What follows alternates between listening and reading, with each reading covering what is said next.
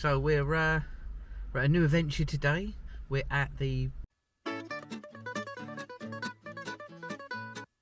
What's the official title again? Tattoo Factory. Tattoo Factory in Bedford. This is the first one I've gone to. This has actually been quite a nice one to go to because it's only about like an hour and a half away, something like that, to get it. So it's actually like one of the closest ones we've ever been to.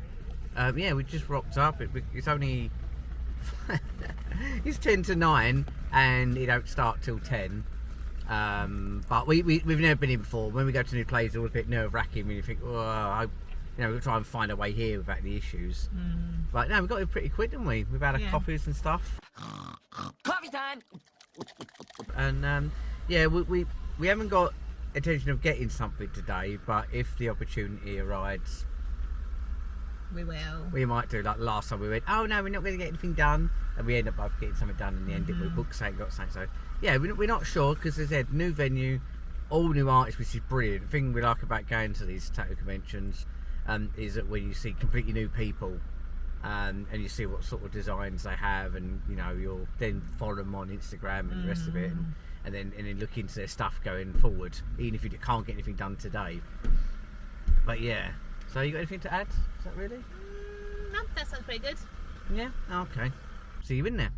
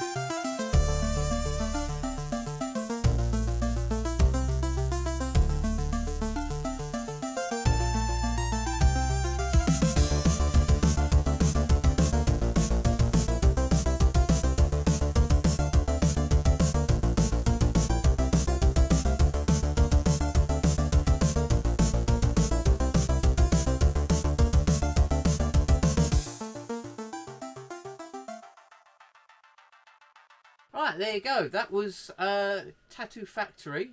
And I can't remember the date because, secrets of editing.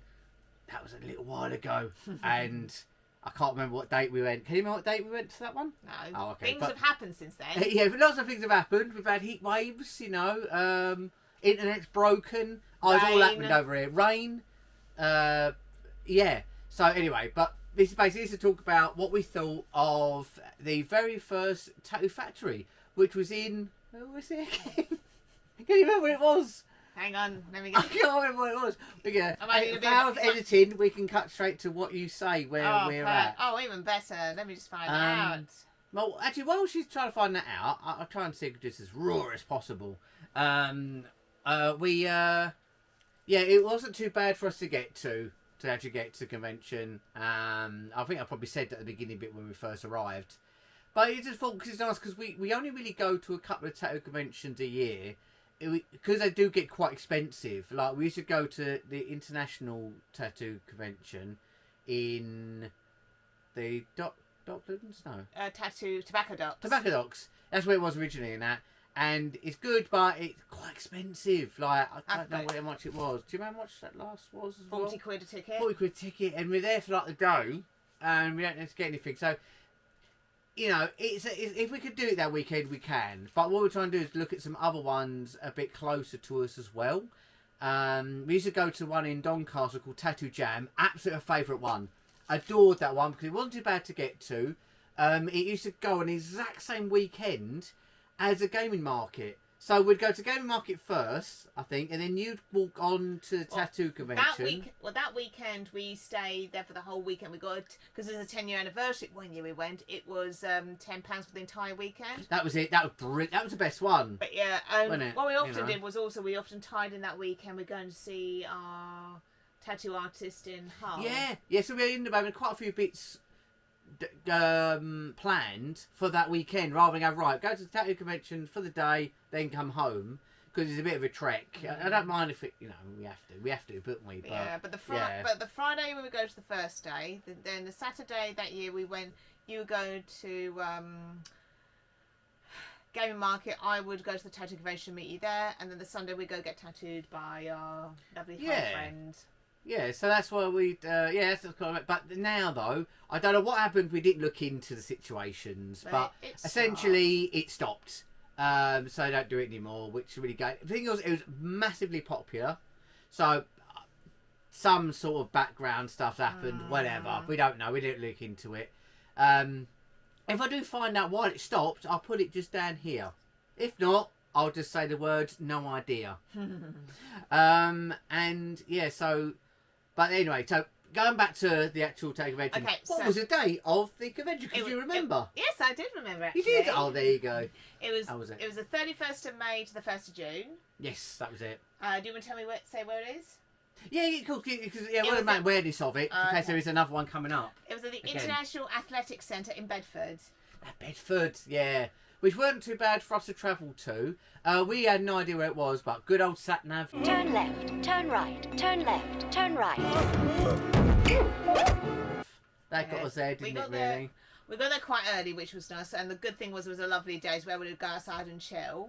And we didn't actually have to start queuing until about 10 minutes before it started. And the queue was extremely short even when we started, so that was fine. Yeah, the queue was a bit bizarre because it was like a sports centre, but we've been to a lot of conventions where there's been a massive queue when we got there. And we're like, oh. But there were the more established tattoo conventions. Yeah, this was it was busy. Lots of people coming in and out, mostly tattoos. Or I'm guessing as well, people were getting stuff done. They got in as soon as that door opened. As soon as possible. Yeah, I think so. But for anyone who's just turning up to look around, it felt quite casual to go in, which was lovely. Yeah. There wasn't all good, because it's not it's weird with a gaming market or other conventions you go to. You're going in to buy lots of things, or you want to try and buy lots of things. Yeah, exactly. So you want to go on it and miss anything. Yeah. But with tattoo convention, that makes these very different to a standard expo. Is that you're going to look around at stuff. You're looking at the possibility of getting something done. That's the only time you want to rush around. If you know there's an artist there you want, So you, yeah. Well, it's like with Brighton. I knew Yeah. what I wanted. I knew I knew who it was with. I just need to find them on the map. The minute I found them on the map, I rushed over to them as soon as I was allowed to get in, and that's when I got my tattoo done as soon as possible. Well, that was planned what you wanted to do because that was in your foresight. Yeah, but this time. But this one, we didn't know who's going to be there, and we just kind of, it's proper casual going in. I didn't feel like just going in. Well, there was security there. There was security there. Yeah, which is nice. Oh no, I mean, like, no, I mean, I didn't have that anxiousness to I need to get in as much as like the others. It's just a bit awkward knowing where to stood when we got in, but then once we got in, we got our tags, and it was nicely laid out in there. There was nice a bit of room between either sides. Again, you would have seen that in the footage. We wasn't sure because, like with conventions, we always try and look out for a theme of the convention, or at least, you know, the most popular of the things you see. Really work one out. I couldn't either, but I would say the closest thing for me from you're seeing the footage, because that's most footage I've got, it was a lot of 90s cartoons there. You know, Cow and Chicken, Dexter's Laboratory, Powerpuff Girls. Yeah, that's it true. felt like it was a bit of a 90s. Well, 90s no. Was it 90s or was that 2000s? 90s, 2000s. Yeah, a mixture of 90s, 2000s, kind of cartoon style stuff there. They had all the, you know, the usual like traditional stuff. Tradition. It had had all the styles there. But yeah, so when we walked in, it was set out in a hall. The nice thing was that the aisles were really wide, because one of the things we found sometimes with tattoo conventions that they try and pack in loads of people and it's not enough room to get through. But this one was actually really well spread out. Yeah, because like you know that when you get people coming the other way, because it ain't just a one-way system.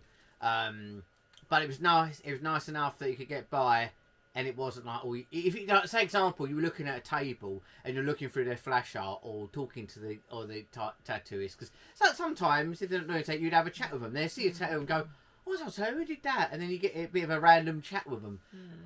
But you didn't feel like, "Oh, I better get out of the way. I'm in the way now. Got to move this side, do that side." So that was really nice. I think because it was its first one.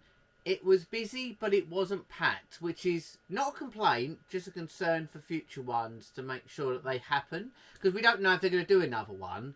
No, I've just checked they are. Oh, they are? Yeah. Oh, okay. Oh, when I was looking through, when I was having a quick check of the dates, they've got the poster for 2026 ready. Oh, brilliant. So I would, it depends if you want to. I'm up for it. I would like to go back again and see like if you did different or whatever. Same place, I think. Same place, good. I think so. I'll double check. Because good parking, but I will say though that I'm glad we went early, because that car park did fill up pretty quick, because there wasn't a massive amount of spaces, even though it didn't look crazy busy inside. When we come out, every spot was taken, and if we couldn't have parked up there, I don't know where we'd have parked. Somewhere up the road, we somewhere would have probably. Found somewhere. We would have just done it. Yeah. But yeah, then we went. Then we started to look around, look at all the different styles that the tattoo artists had, and there was a good variety. Some really nice quality tattooing going on as well. Nice, and looking at the portfolios really showed off what these artists can do. There was nothing though for me that grabbed me to saying I definitely have to have that. No, there were a couple of little bits we looked at, and I went, "Oh, I might go for that" on the way back. I think about it. I wasn't 100%. Same with you. You saw something that you kind of was interested in. I was thinking about getting my ear tattooed, and there was a guy doing it for actually a decent price. The pricing was actually quite decent there as well. What was it that made you not do it in? I can't remember why. There just wasn't. It wasn't enough to make. Because sometimes we've gone. It's a bit like when you see something you're not gonna. You don't necessarily go to buy that item, but when you see it, you sort of, "Oh, I like that." You know, you see like when we go to charity shops or we just see something that made me sort of get excited. Go, "Oh, I'd like to get that." It's having tattoos. I know that it's a bit different because it's there forever, and you know you got it. But you still look at stuff and go, "Oh, I love that. I want that." Or it might link to something that you've kind of been after, but you haven't quite known what you wanted. But it was a kind of bit I looked at. I was kind of tempted, but I thought because you do get that. I don't know. Is it the word in tattoo envy? Like you see how people get tattooed, and you kind of go, "Oh, I would have to get one done right now." But then we're a little bit more sensible now, where we kind of suddenly go, "Nah, we're not going to get it done if we're not really that bothered." But the space is a bit premium, that's why. And that's the other thing, because of like most of her body, you can't see from the video. You can see like our arms and stuff like that. But like Danny's more tattooed than me, and she's got very little space left. So any space she has got left, she's got it rather reserved for something that she wants later on down the line from a particular artist or a certain theme. Or if she was something random, it had to be something small in another area, almost like a gap filler type of thing. I've got enough room for gap fillers and things like that. And I've got plans for certain bits of my limbs and that. But my chest and my stomach and my back is completely covered. My feet, I've got plans for. My left arm is completely done. My right arm's got spacing, but I've got plans for that anyway. Yeah. Literally, the majority of the space I've got is either the back of my legs, that's the most premium space at the moment, or my hands as well. And I can't get my neck done. I can't really get my hands done at the moment. Certainly not my face. Maybe one day on the behind my ears or on my ears, maybe. Yeah, you'd be able to get away with that. But space, as I said, nothing like huge, and space is really premium at the moment. So it's kind of, I have to be really careful what I get, especially with some of the placing. It can come out really easy, like palms. I love to experiment and see what palms are, but I know that's something that comes out. I know at a convention is probably going to be a little bit more than it would be in studio. So it's just being really careful, isn't it? So yeah, we did a bit. That was cool, and you'll see us in the video. Even though I took away the sound because there was obviously copyright. Well, not, there's music being played at certain tables and stuff, and you don't want to keep hearing us keep saying so. But every time you see this point, maybe in the video, I tried to cut as much of that out as possible. But whenever we point this out, we go, "Oh, we like that. That'd be quite cool. That's nice. That's nice like that."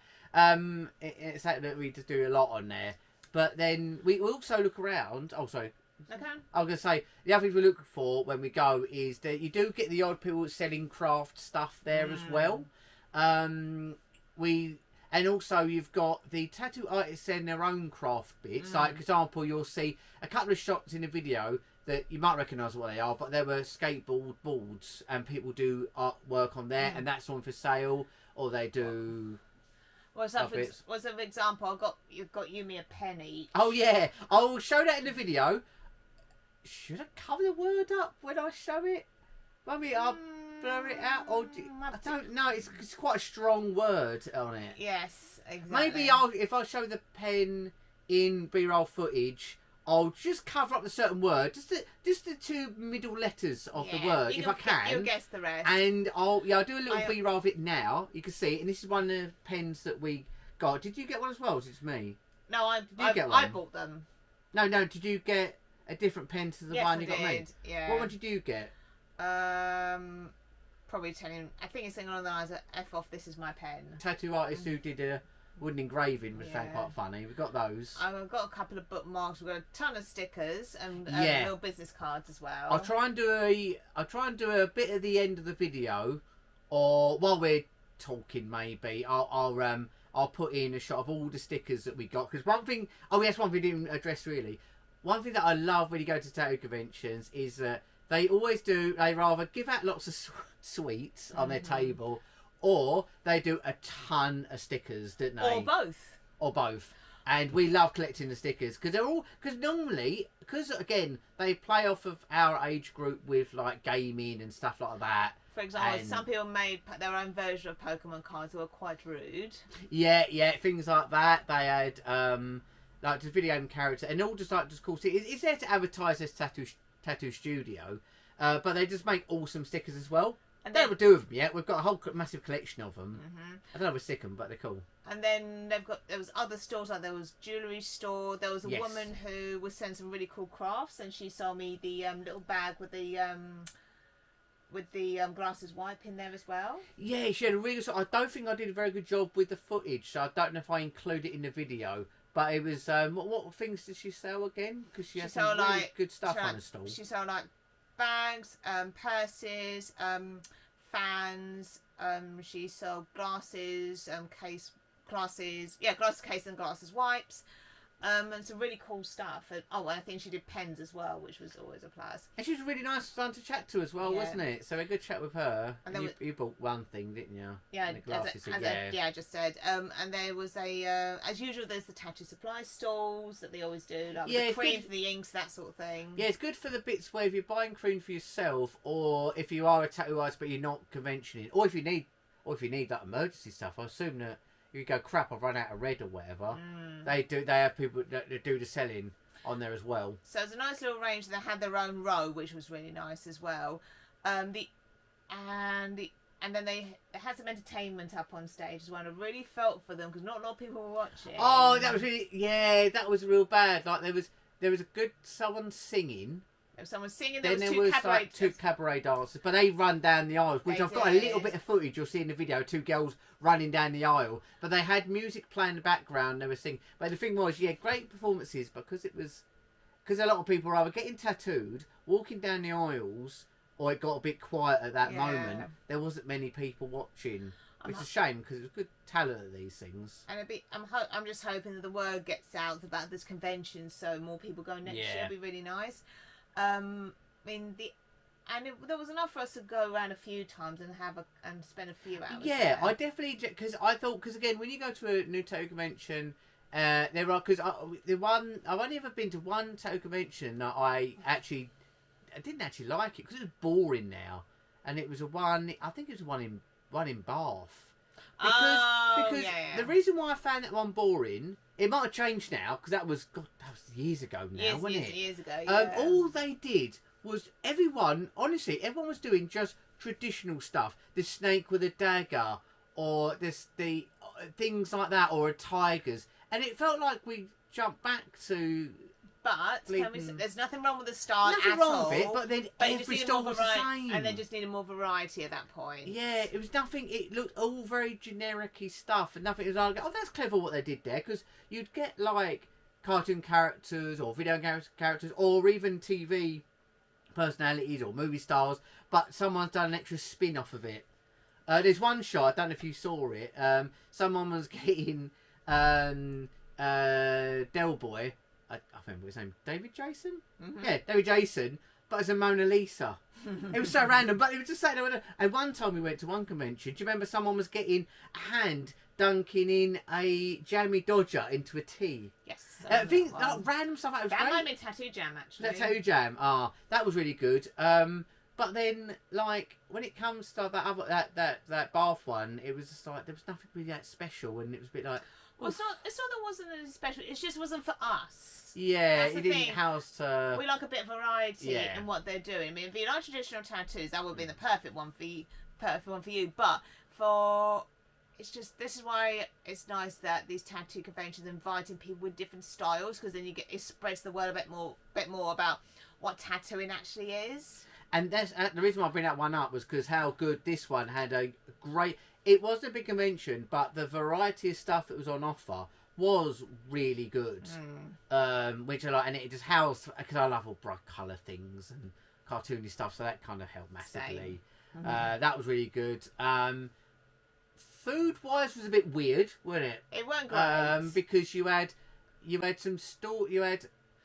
three kind of it was three stalls outside. It was three stalls. It was three stalls outside in the car parking area. They were cordoned off. Yeah. One was a coffee place. One did like desserts and waffles and such. There was one stall that hadn't even been set up. I don't think. I know. This was like about 12 o'clock, and I'm like, a couple of hours. You know that like people want to eat there, and where it's located, there's nothing around, so you can't go. Oh no, I'll just pop to McDonald's or pop to somewhere close by. Literally, you had the convention centre, which was like sports centre, and then residential area until 20 minutes up the road or 15 minutes up the road, you had the town centre. And then, what else? Yeah, we had so we did have a good chat with a couple of random tattooists. The vibe inside was nice. It wasn't stressful. People were really friendly. It wasn't... Oh, what was it like heat-wise in there? Can you remember? It was fine. It weren't too bad, was it? We weren't getting particularly warm at all, because I would have remembered you complaining about it. I don't remember complaining much. It was warm that day, but it wasn't this warm. No, it wasn't like how we're getting right now in a certain time. But yeah, so that was good. And then, anything you want to add about the convention before we talk about our next adventure? I will happily go. Because of the first one, I want to give another chance, and I'll happily go again. It was well worth to go back there again. So if you decided if you know of Bedford, or if it's nearby but you didn't know about it, and maybe this video has helped you've discovered it even had a tattoo convention, because I only knew it was advertised because me and Dad, we're both on Instagram heavily. Not always posting, but we're always we're obsessed with that bloody thing.